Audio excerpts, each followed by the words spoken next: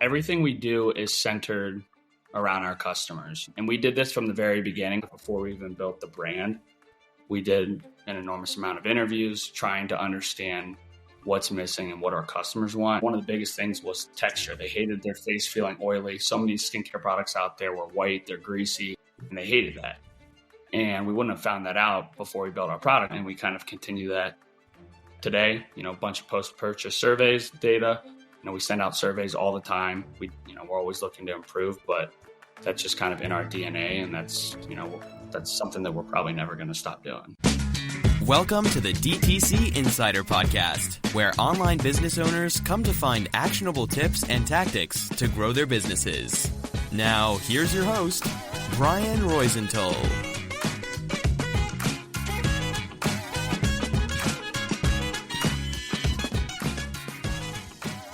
Hey, welcome to another episode. Today, I have the pleasure of interviewing Ben Feys and Kevin Niehoff, founders of PrettyBoy.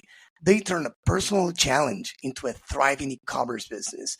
With Kevin's eczema diagnosis as a catalyst, they noticed a gap in the skincare industry for high-quality, simple products designed specifically for men. After learning the ropes of e-commerce during COVID, they launched PrettyBoy in 2022. Creating the first men's skincare brand to receive the National Eczema Association seal of approval. Hey, Ben, Kevin, thanks for being on the show. Thanks so much. Nice to meet you, man.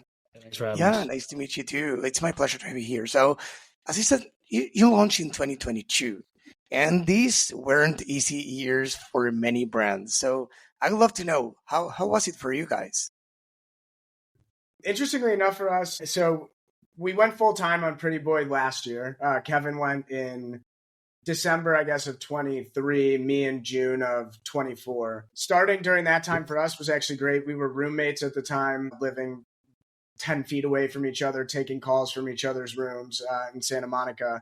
And we were also fortunate enough we had worked in medical sales our whole career up until that point, so 8 years for both of us. And one of the benefits of working in outside sales is that if you're good at your job, and both of us were decent, you have some extra time on your hands and you can schedule things the way you want. And so we always joke that our old company is our biggest investor to date. Basically, they were fortunate enough to let us kind of pay the way to starting to build PrettyBoy on our own. But yeah, it was an interesting time. You had a lot of time on your hands. Kevin went home to take a how to start an e-commerce brand right when COVID started. He took a course online, came home, and we just kind of spent the next months building that together. And so it was interesting for sure, but we were very fortunate to be working in jobs that allowed us some of that extra time. And the only other thing I'd add to that is it was interesting. We came into the space, you mentioned in the pre-call notes or whatever, that it used to just be a money printing machine. Right when COVID kind of happened, some of that changed. And we entered the space when like VC dollars weren't there. We're self-funded.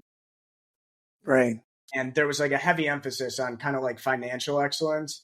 And so from a very early time, like we prioritized understanding the finances piece. And I think that moving forward, you're seeing more and more people do that. Just some had to learn that when things started going wrong. And for us, we just learned it from the ground up. Like it was just like the only way we knew things. So I think that was also a benefit as well. Do you think it was helpful for you to launch, let's say, after the golden days of e-commerce? Like you feel like you learned from the new book, let's say? Helpful. I think both of us would rather have us had a couple years of just printing money. But I think, yes, in terms of sharpening the sword, it was probably a blessing in disguise. We've had to scratch and claw our way through multiple different periods. So yeah, it's, tomato, tomato. There's pros and cons of both, but we definitely want to print money at some point. Yeah, I mean, of course, everyone wants that. But then, of course, what came after was super tough. Imagine like you're printing money today and then you hire a team and you grow at a fast pace, probably more than the pace that you should. And then COVID hit, things go great. And then all of a sudden there's, a decline in sales, like aggressive decline in sales. You need to fire half of the team, probably go out of business. So that's what I discuss with brands all the time that been around way before COVID, and it was tough for many of them. Of course, they experienced the golden era, but then not every brand could survive that decline. So it's good that you learned from the new playbook as well. Yeah, I'd say like the best thing, I mean, it's one of the hardest things to learn, but because we kind of grew up in this area, like I mean, every business goes through its own era, right? Like so many changes. Right. I mean, they had to advertise differently before Facebook and social media, and then social media came and it changes and you evolve. And I think you just have to kind of be able to roll with it. But the biggest learning is, like Ben said, financial excellence is you can't really get over your skis. And if you do, then something happens, which if you're willing to stay long enough, something's going to happen in the market that's going to affect the business. You got to be able to be prepared for it and kind of weather the storm. So I think that's been definitely like a huge takeaway for us, not, growing too fast. We definitely went down that path a little bit as we're first time founders, kind of the do's and don'ts, but fortunate we were able to catch ourselves, and definitely credit to Ben on that, at least get us to a spot to like, hey, we're not going to make this mistake again, and not put ourselves in a situation when, if something happens with the market, we can definitely make it through. Yeah. Right. Yeah. And, I've been like in 2024 and in this year as well, so far in January, I presented in front of some private e-commerce communities, as well as, in front of some teams of brands. Something that, everything I learned throughout the years with my agency and e-commerce, and it's about the top 10 things that, are working for successful brands. And there's no tricks, no tactics, just the fundamentals. And it all starts with a quick slide deck, and it's about the evolution of e-commerce in the last few years, the money printing era, etc. But in the last few years, everything changed too. Like 2022, massive layoff, and then in 2023, brands started to realize that it wasn't all about the top line revenue anymore. 2024, it was many brands hit the bottom, but it was also a good thing because it's like the only way we can go now is up. And in 2025, everyone is changing their mindset from top line revenue to bottom line, and in many other ways too. So how are you changing your approach? Even if you started in 2022, again, things have changed even since then. So how are you changing your approach in 2025 to growing the business? I think it's a little. I can jump in real quick on some of the operational stuff, and then Kevin can talk about the marketing side of things. So I think operationally, and Kevin kind of just alluded to this, there have been some times where as first-time founders, we made decisions based on like potential upside that we thought could come versus like what some of the reality or historicals would show. Like a specific example is over the summer when acquisition costs were rising, seemingly for like every brand, we had to move units. We thought we had to move units, and so we started spending super unprofitably, just trying to move these units out the door. And basically what happened is when those credit card bills come due, and after 2 to 3 months of those, we were in a great cash position. All of a sudden we lost, a substantial amount of money. And looking back, like one of the things for us was like when he said weathering the storm is sometimes you've got to be able to look at what's happening and say, right now, it's way more important for us to just be profitable and accumulate cash and get the right type of sales, the right type of customer, versus going and kind of burning things down. So I think that's a big piece. Additionally, like our supplier agreement, we've got a great manufacturer, but some of the terms that are tied to how we purchase, we work on 6-month lead times, which is like very difficult, planning 6 months in advance, high MOQs. We have to pay for everything on delivery, which is like somewhat standard, but again, you're always looking to get that extended out a little bit. And so we've been working with them to try and say, hey, like we need to, if we're going to have to deal with these 6-month lead times, then there has to be some wiggle room as to, it's very difficult to forecast 6 months in advance. 3 months in advance, you can be somewhat accurate. Within 60 days is ideally better. And so right now we're working with them to say like, hey, like we need to make sure we have inventory coming. We're a subscription heavy business. We need to make sure our customers get our products, the ones that are kind of subscribed and expecting it, but we can't over order. And so I would say those two things of making sure that when marketing is not spending super profitably, just like having the patience and the fortitude to just kind of taper back and say, what we're going to focus on cash and profit. And we're going to wait until an ad pops off, and then be prepared to go and dump a bunch of money into those channels when something's really working, as well as just making sure that like the way we operationalize the inventory management piece, just making sure that we're, again, being very pragmatic with that and setting up plans to make sure those customers get their products, but not over ordering, expecting that the new customers are going to fuel kind of those inventory runs. And so like those are two things from my perspective, but then like we are changing the way we look at marketing and growing. And so, I mean, Kevin will have some of those, but sorry, Brian, were you going to ask a follow-up there or no? So yeah, so all I wanted to ask before Kevin steps in is about the importance of the alignment between the operational side and the marketing side, because in this case, even more, because if you're ordering 6 months in advance, you need to have all let's say the year planned out to know, hey, I'm going to receive these products. What are we going to do? Are we going to, be able to sell them, or are we going to fall short? So I just wanted to highlight that, like the importance of coordinating two areas in the business is a big deal in this case. Yeah, marketing, not all marketing's free either. So you can't, especially as new businesses, when trying a lot of different things, because that's part of being a new business and needing to test things. Like, you need to make sure you have the money to actually do that, right? So that's exactly a huge piece on it. I mean, just some quick things on like marketing. So just big changes for us. Like, it's funny the way we started this. Like, we're super customer obsessed. That's kind of how we built the brand, how we built the product, everything around what guys want out of skincare. We knew we had a vision and kind of a niche of building this, super high quality, but lifestyle brand. So a brand that not could only, help with my eczema, that's derm, grade skincare, but also had a brand that guys could represent or like, see themselves in. Right now, there's kind of a lot of either derm brands or there's a lot of kind of hyper masculine brands, but we didn't feel that there was like this kind of lifestyle brand out there, kind of that Nike skincare. Right. But kind of have some fun and be a little cheeky with it. Everyone's a pretty boy now. You look at the athletes, it's like a fashion runway walking into the stadium. Yeah. Everyone wants to look good, feel good, play good.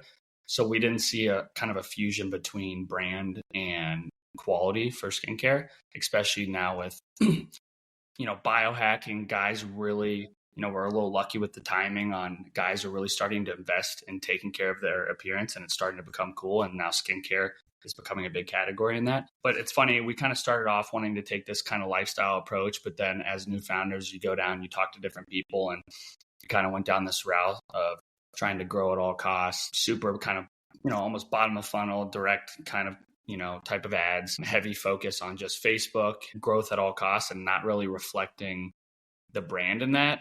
And, as you kind of go that route and learn that it becomes a little hard to actually grow and acquire customers, this is nothing new, but people need multiple touch points to really fall in love with a brand. And there needs to be a full funnel with that. And, we got to a point where we were just so focused on trying to create the best ads, trying so many different things, that there wasn't an actual funnel to it. And there wasn't, cohesiveness between our email, our website, the people that you're seeing in the brand that, we know need to be shown in there, the actual pretty boys, the guys that, take care of themselves, all the way down to like the website. And I think that's something that's going to be a big change for us this year. We're kind of expanding the Facebook account to kind of show more top of funnel branded accounts mixed with the bottom funnel, investing in, actual new creators that represent the brand. And then really, getting our website back to our original website of kind of this more lifestyle appeal, hitting on the kind of emotions of what guys go through, not just on selling product benefits. And that's kind of phase one for us. And then I think phase two is going to be kind of investing in some more, production type of shoots. They don't need to be expensive, but like kind of, get more content that really represents the brand to stand out. In a time right now where there's a million brands popping up, you need to actually invest in your brand and to actually stand out and entertain and engage with your audience. And I think that's going to be something that is going to be big for us. And then like Ben said, we are, former sales reps. We kind of got into this trap of ads. And I think there is something to be said, and you can't really measure this. It's just going to add over time, but we need to start kind of getting the boots on the ground, getting out there more, start building that community, getting bottles in hands, start popping up, where our customer bases would be maybe for other products. There's like fitness events, stuff like that, outdoors, sports, especially with, taking care of your skin is so important. Start kind of showing up where you normally wouldn't see skincare brands, I think will be something important. So you can't just rely on Facebook. So kind of taking it into 1, 2, and 3 stages right now to kind of revamp to get back where we, wanted to be going. So interesting. Yeah. So one thing I wanted to say is that for you and for everyone in the audience who didn't watch or listen to the episode with Bear Handlon, he's the founder of Born Primitive. It's a men's apparel brand. They do $9 million, I think $150 million. And it was a very, very insightful episode, at least for me, because I interview here many amazing people such as you guys. But this guy, I asked him, I think the first question I asked the guy was, why you and not the rest? Like, why did you reach 9 figures and many other brands didn't reach 9 figures? Can you hear me okay? Yeah. Oh, sorry. So, and the answer is not in how well they handle the Facebook ads or not, or the design of the store. Of course, everything needs to be in place. But the main thing is that they go beyond the storefront. They go way beyond the storefront. That means what you said, for example, engaging with the community. Back then in COVID, when every gym shut down, they went out there and publicly supported with money gyms. They go all in for veterans. The guy is a former Navy SEAL officer, so he's all about veterans. So they did some crazy actions with veterans and supporting them and many other things, like engaging with the community. That's one of the many things that they do as a brand. They plan the year ahead. Of course, he said that in the beginning they used to swing it, but now they plan the year ahead, not only because of the fact they are an apparel brand and they need to plan the next season ahead, but because of that helps them actually try to create their own sales peaks without being promotional. So they plan new product releases, limited time editions, and some other stuff to create hype and increase sales. And of course, the commitment to content creation as well. One more example, and I'll get back to you guys. Brock Mamoser, he's the founder of Frostbody. I had Brock Mamoser here on the podcast. Many know him. You know Brock? Yeah. We, I think he got some of our product. We were DMing on Twitter at one point. Amazing. So great guy, great founder, 20-ish, I think. He's 24, 20-something. I think the Frostbody does $30 million, $40 million or something like that. And he posted once again today, at the time of this recording, that he is committed to creating TikToks himself, regardless of the company size, because that's how much he believes in content creation and content creation as a lever to grow his brand. As these days, he's the main, and I believe only, I'm not sure, but the main influencer for his brand, the content creator for his Frostbody. Yeah, commitment to content creation is another one.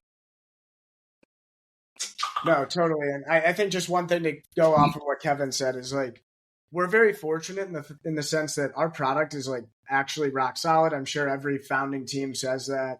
We've done some cool third-party kind of validation of that. First men's brand to get accepted by the National Eczema Association, have won GQ. That's amazing. A couple of years in a row. And so like we're super, super fortunate to have this rock solid product.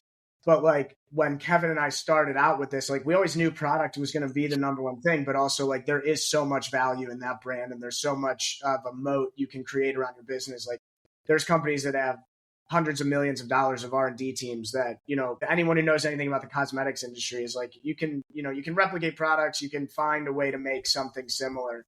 And I think where we've always known we could excel, and so much of this is credit to Kevin, he's just got, like what I always say is like an inherent cool factor, and that manifests itself in brand type activities, content. It's just, we've got to get back to that of knowing like, hey, we have a product that can sell itself. You'll see reviews that are like, I've tried everything in the past 15 years. I've gone to every dermatologist. I've been on these prescriptions. And like, for some reason, like this product is what works, and we can tell you why it works. But the one thing that is missing, and we've done it in the past and we're getting back to it, is just like making sure that this brand is something that someone's like super, super proud of. Like we know we can solve their problems, but we also want them to buy into this mission we had, which is like really make skincare very cool. Kevin says the lifestyle thing. And yeah, it's everything you said makes sense. And just wanted to add that on. Yeah. I mean, I'd 100% agree with that, because it's, I always use the Like, I think one of the best things to do too is like you really got, obviously any brand got to understand your customer, but I love looking at when you find out who your customer is, like what other brands they love to, buy and purchase, who is that person, and try to kind of reflect your brand around that as well. Cause, I look at myself a lot as somebody that likes, lifestyle brand or fashion, and you buy similar products that kind of fit who you are as a person in all industries. Right. And I think that's so important to where like, that's something that we were getting away from, especially with such a high quality product like we have and like we continue to create. You need to have, your brand needs to reflect that. And that's how you kind of create lasting customers. There's a reason that people buy clothes that cost like crazy amounts when they don't cost that much to get made, but it's because of the brand equity that they have that people are kind of willing to always buy and continue to buy no matter the cost. Yeah. So, Kevin, you said that you are very customer centric, right? And I wanted to ask you I'm sorry? I said we both are, for sure. Yeah. So what does it mean for you guys in the day-to-day operations, in the marketing, in every single aspect of the company? Yeah, I mean, I'll say this, credit to Ben in the beginning too, but we'll just go back to the beginning. Like everything we do is centered around our customers. And we did this from the very beginning, and it's definitely some advice that, we got fortunate. We're first-time founders, and this was the approach we took. But if anyone's starting a business, 100% take this approach, because so many people just start the brand that they want to build. Ben makes a great analogy of like somebody that just kind of wants to start a pizza shop on the street that has a bunch of other pizza shops, and this is what they want out of their store. They don't take any customer feedback, and that's why, a lot of restaurants go out of business. Obviously, there's other things involved like operations, but we, interviewing your customers from the very beginning on what do they want out of skincare, what kind of products they use, what's their knowledge of skincare, what's most important to them, everything down from like texture. That was like something that we uncovered is one things that guys hate about skincare. It wasn't about quality. It wasn't obviously like they didn't want too many products, but one of the biggest things was texture. They hated their face feeling oily. So many skincare products out there were white, they're greasy, they give you white cast, and they hated that. And we wouldn't have found that out before we built our product if we didn't do a bunch of customer research, even down from like kind of the brand that they wanted. But before we even built our product, before we even built the brand, we did an enormous amount of interviews trying to understand what's missing and what our customers want. And we kind of continue that today, a bunch of post-purchase surveys, data, we send out surveys all the time. We're always looking to improve, but that's just kind of in our DNA. And that's something that we're probably never going to stop doing. That's great. And it's similar to what I hear some successful brands I interviewed doing. And in your space as well, or in the skincare space, not related to men specifically or this product specifically, but one of them did a blind test, and he did like 63 iterations until 90-something% of customers chose them over their competitors, again, in a blind test.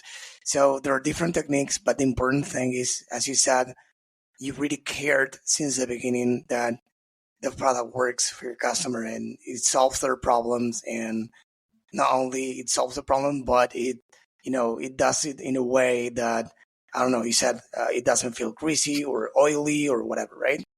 So it's pretty cool. So do you do, what else do you do? You send them surveys currently. What else do you do to, let's say, someone comes through the door, you acquire a customer, you're big on subscriptions, you said. Do you do anything specific to retain those people besides having a great product? I mean, the product speaks for itself, so that's like by far the leading reason. I think like some other things we do. So one, like when people leave us good reviews, we send them a note to hop on a quick call with us, and we offer them, extra product or like a discount or an Amazon gift card. And that's where we try to get like just first person, hey, what are you thinking? What was your experience? What drew you to us? What's missing? What do you want to see? All that stuff. I think a lot of this also happens in our kind of just customer service realm. So we use PostScript for SMS. One thing that I always find funny is like there'll be times where we're in that platform and we're just having full-blown text conversations with customers. And time again, people will just respond saying like, oh, these texts are hilarious. Or like, wait, is this actually a real person? And then they realize they're speaking to the founder. you've seen a lot I've seen this on Twitter recently, like doing the unscalable things. And like, I know that there will come a point where like we can't be directly responding to every single person. But right now we still can. And like, I think those are the type of little things that can create a lifetime customer. An example I'll give is Kevin and I went to Ohio State. Ohio State just won the national championship. Kevin actually played on the 2015 national championship team.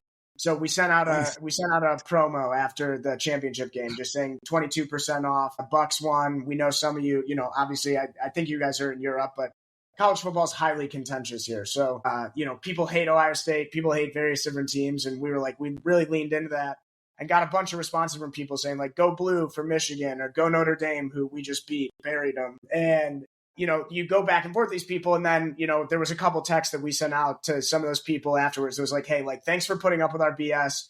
I just went and looked. I know you're a subscriber. We just added on a free cleanser for your next order for just like dealing with our nonsense. And I think like those types of relationship building activities, because the product works so good, like those are the difference between you wanting to look elsewhere or just being happy. Like if it's working for you, you're not going to go and look somewhere else if you have a really positive experience. I still remember customer service experiences I've had over the years, like Thursday Boot Company. I had a really impressive one with Zappos, like way back in the day. And like when that happens, you feel inclined to tell people about it. You feel inclined to keep giving someone their money or your money that's making you feel like you're actually a real customer. We all know how difficult it is now. Every customer service line you call, it's outsourced customer service. You have to go through like 17 different steps to get someone on the phone. And so our philosophy, and we're very thankful, our 3PL fully built out of Illinois, they helped us get through a really difficult operational thing that happened with our old 3PL, but they've actually expanded their service and they're doing our customer service now. They do like 90% of our tickets. And the one thing that we told them is just like, make working with us an experience. Like if someone has a problem, make the problem go away as fast as possible, even at cost to us. If someone's been a loyal customer and you think that based on an interaction you had, it would be a good time to offer them a free hat or introduce them to a new product for free, like make them have an experience that they walk away and say, hey, this is like really cool. Like you don't see this anymore. And I think in a day and age where, again, starting a business online is so easy, customer service for big companies is all outsourced. A true way to differentiate yourself beyond the brand and beyond the product and beyond the content is make their experience different. People like to feel prioritized. And so I'd say like that's just like the driving factor behind everything CX related for us is make people feel heard, make them feel prioritized, surprise and delight, do cool things that they're going to walk away and say like, I haven't had something like that happen with a company in, years. And for some people, it's been even longer than that. So yeah, we do a lot of surveying. We do a lot of in-person meetings, phone calls with customers. Our customer service philosophy is just like make them have an experience, make it memorable. Yes. And we've fully subscribed to like lifetime value, not as a metric, but like the actions early on that you take could be the difference between someone ordering 3 more times, 6 more times, or, being a customer for the next 15 years. And we're way more focused on finding those 15, 20-year customers than the one and dones. That's what the acquisition's for. But everything that happens after that first order is like, how do we make sure that you have no reason to go somewhere else? Yeah. First off, everything you said is very interesting. I agree with everything. And I was going to use that exact same word, memorable. That's the point, to be memorable for our customers and to care about our customers, which is exactly and clearly what you guys do. And congrats on that. A few things I wanted to highlight for you and for the audience.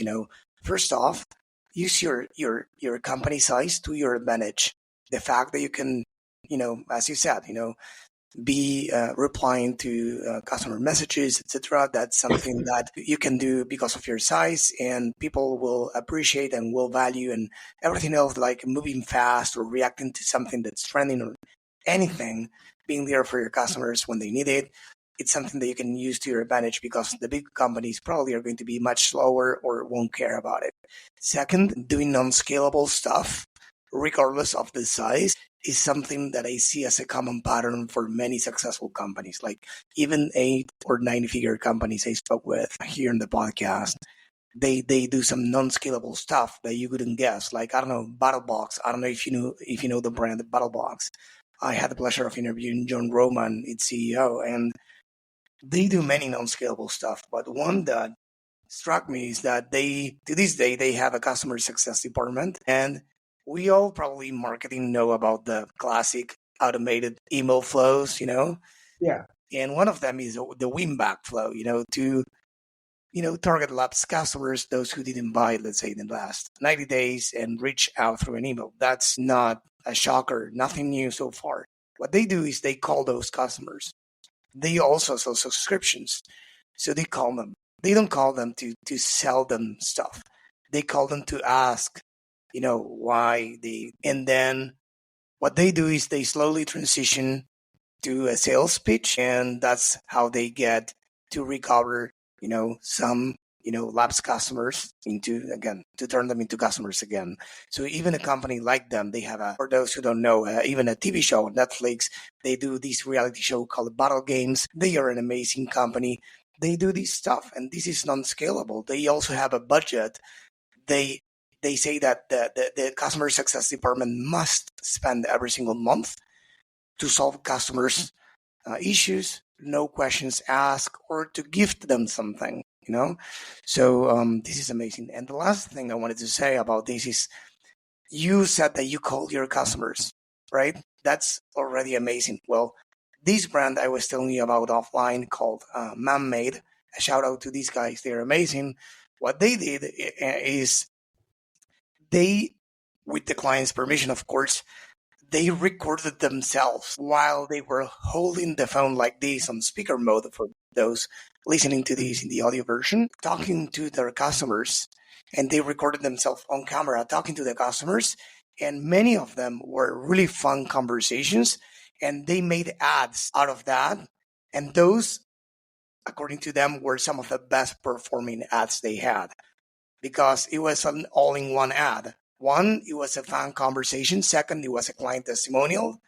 And the third, it showed that they care about the customers, right? So they were super smart about the strategy, and it worked really well. No, that's awesome. It's actually really cool to hear you give the anecdote about the people who have the budget. We've talked about that. I think that's something that down the road is something we absolutely want to implement. Right now, we don't need to have a budget. We've just told our CX team, like, hey, anytime you can make someone's day, make it. But it's good to know other brands at scale have done that. Again, it's something I always tell the anecdote. My mom, she's the sweetest, kindest, most pacifist lady, very soft-spoken, but she knows her stuff when it comes to business. And I learned everything about customer service from watching her deal with customer service people and just knowing what she deserves and being very respectful, but kind of just the philosophy the customer's always right. And it's something we've implemented wholeheartedly, and we'll do anything we can to make sure customers feel valued. Yeah.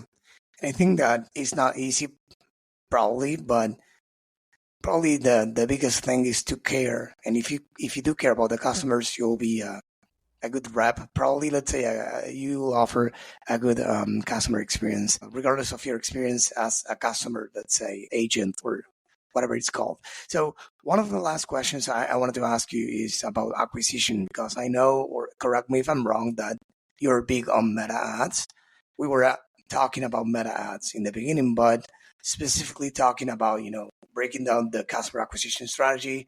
Is that the only thing you do, or are you on Amazon, or do you do something else to acquire customers? Yeah, so right now we're on Meta, and then we're big on Amazon too, actually. I think over these past couple of years, and Ben does a great job handling all the finances, performance metrics, but it's funny to kind of realize, this being our first time, how, especially for men in general, I would say, I buy everything on Amazon or check, but just the correlation between Meta and Amazon's a huge channel, especially for men. You see an ad on Instagram or Facebook, and I go immediately to Amazon to see if I can order it next day. So you definitely see that lift there. And then we're kind of playing around on TikTok, but obviously with the issues there, we're not really sure. So right now the main focus is Meta, Google Ads, and Amazon. So like the big three. And being a small company, you don't want to kind of do too many things at once. So really Amazon and Facebook has been the big focus for us right now. Yeah. And when you say TikTok, is it TikTok ads or TikTok shop?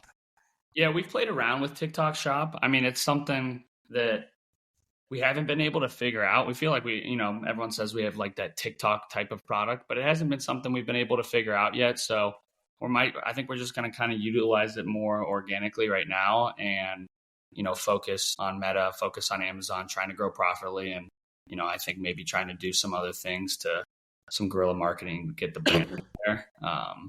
Just because, it hasn't been an area that we've been able to tap in yet. Yeah, I know. TikTok, well, everyone is in the same, we're on the same, let's say, side waiting for a definition on that.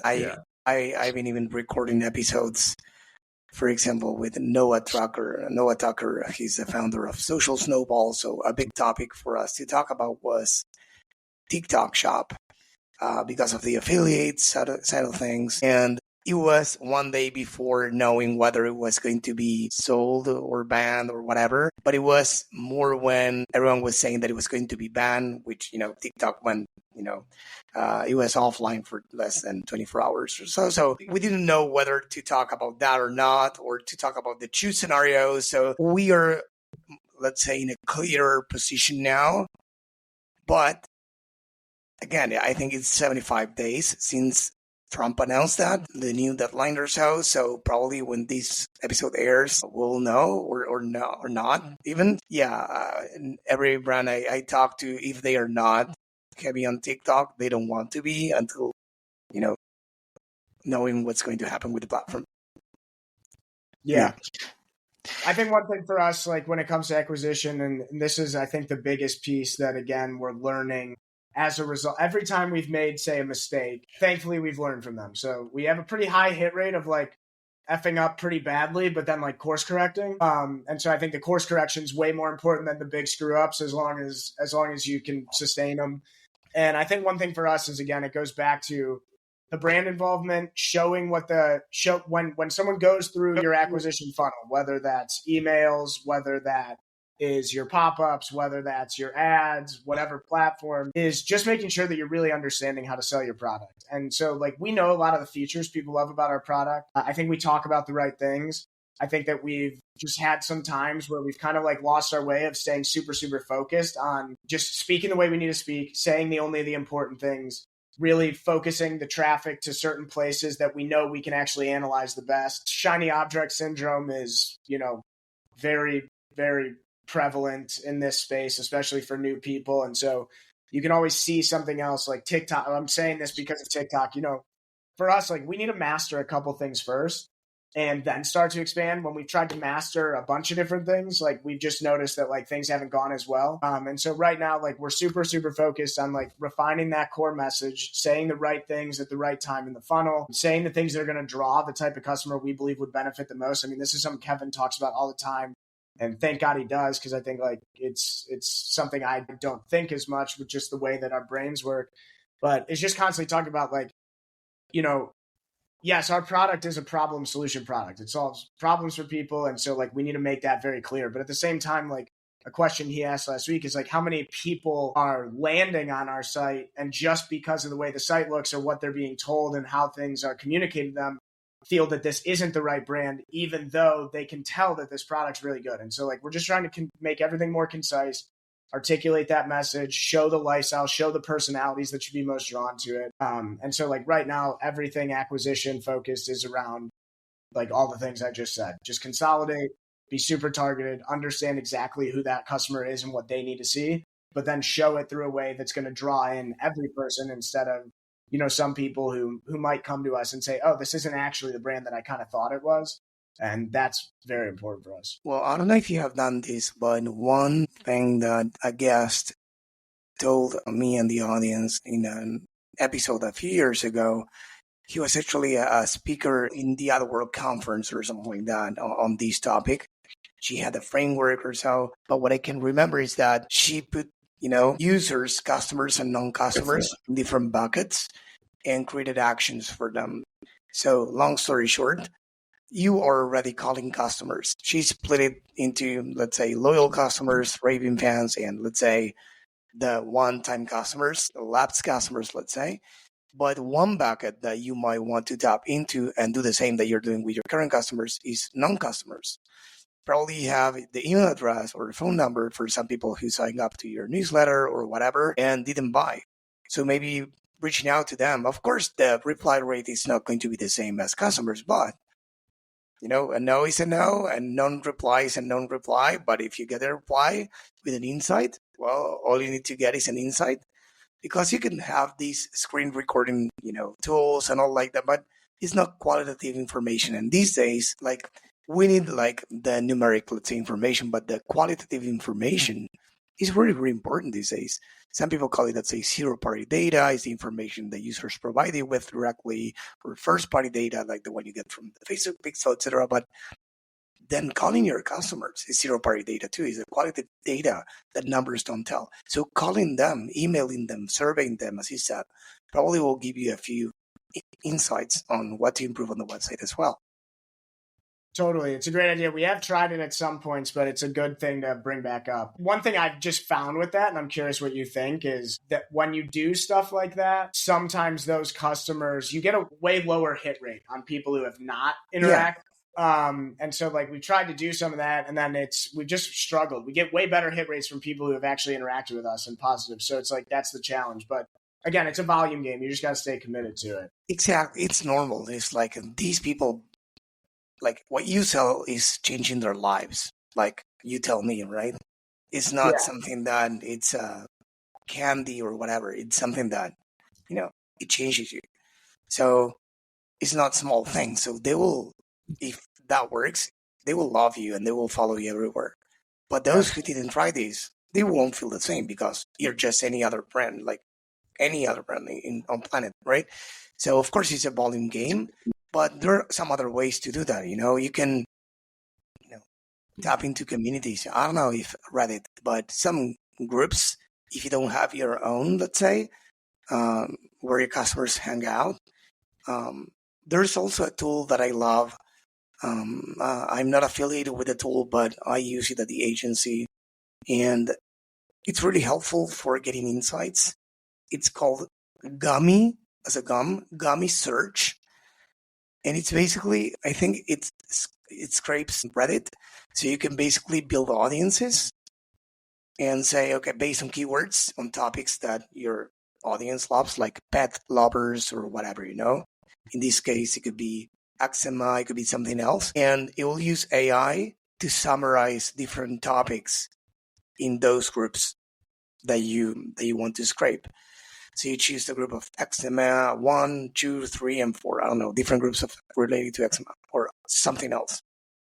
And then it will tell you something like money talk, pain points, and things like that. And with AI, it will tell you what they are talking about. And of course, with the paid version or outside the trial, you can go in depth to the source of those comments and read them more in depth to what they value, using their own words, because marketing is not about, and Kevin, of course, knows about this, I'm sure, but it's not only about telling the right message. It's telling the right message using the customer's words as well, how they want to hear that.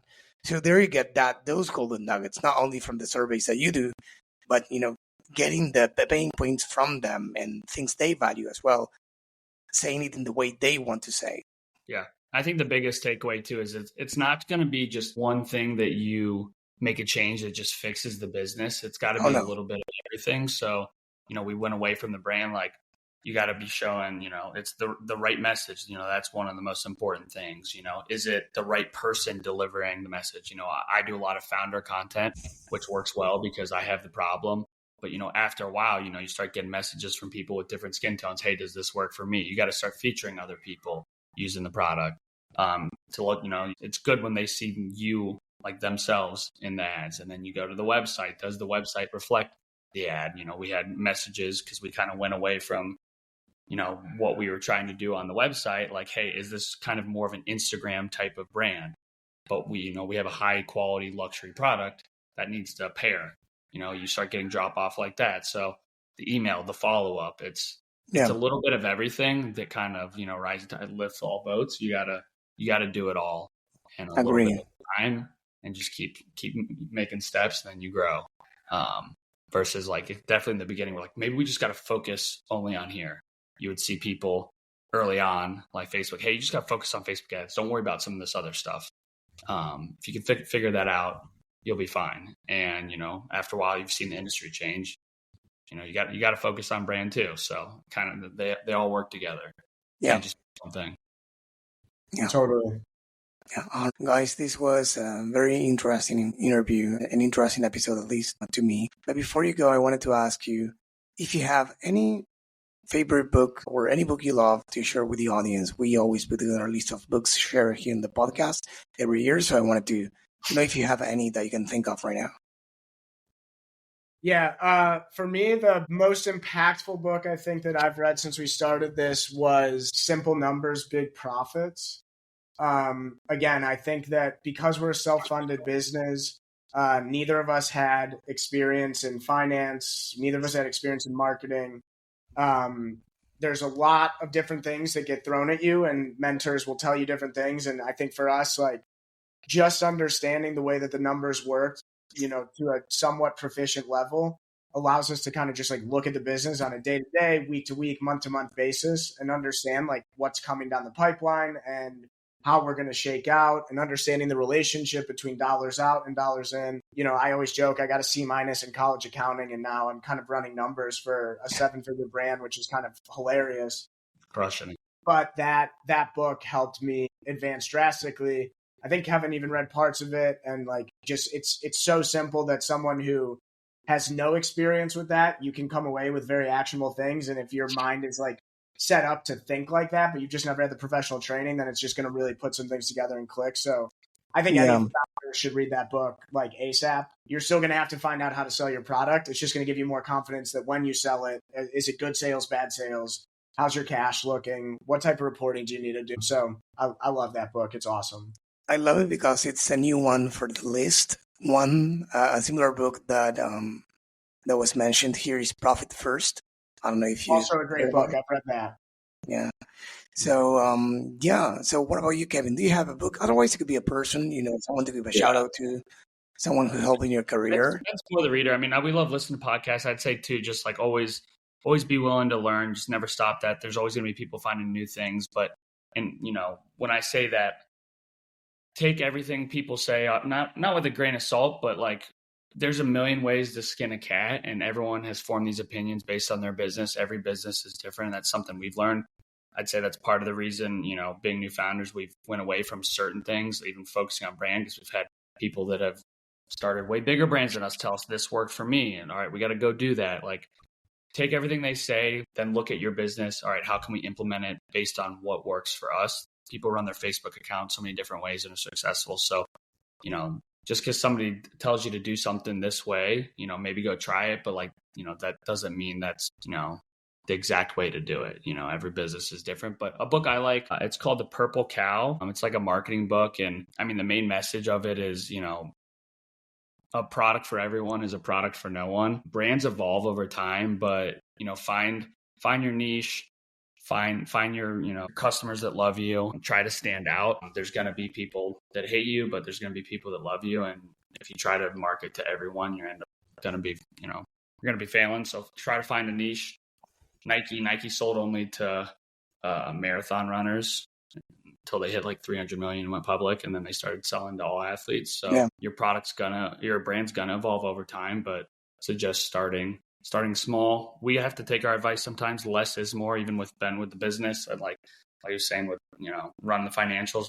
Same with marketing. Sometimes we try to get over our skis and do too much. Stick to the basics and then just grow when you can. But yeah, same thing. Focus, man. On a niche. Focus on what you do well, and then when you grow, that's when you can evolve. Yeah, I don't know if it's been a long time since the last post from Alex Hormozy that I remember that I read his 2 books and been following the guy for a long time. But it's, you know, he talks too fast, like a lot of information, so it's a lot.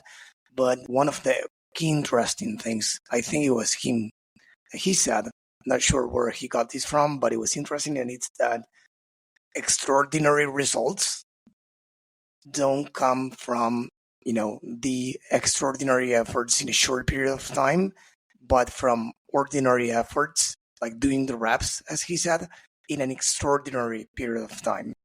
So doing the basics, doing the reps, showing up, being consistent for an extraordinary period of time. That's what probably most people don't do, including probably everyone of us in different things of their lives, like eating healthy, like doing different things, right? So that's, I think, what is important for business as well. No, couldn't agree more. We always talk about that. It's what we're trying to do right now. So yeah. So guys, again, it was a pleasure to have you here. Before you go, why don't you please tell the audience where they can learn more about you and the company? Yeah, Ben. Website's www.yoprettyboy.com. Instagram is @yo.prettyboy.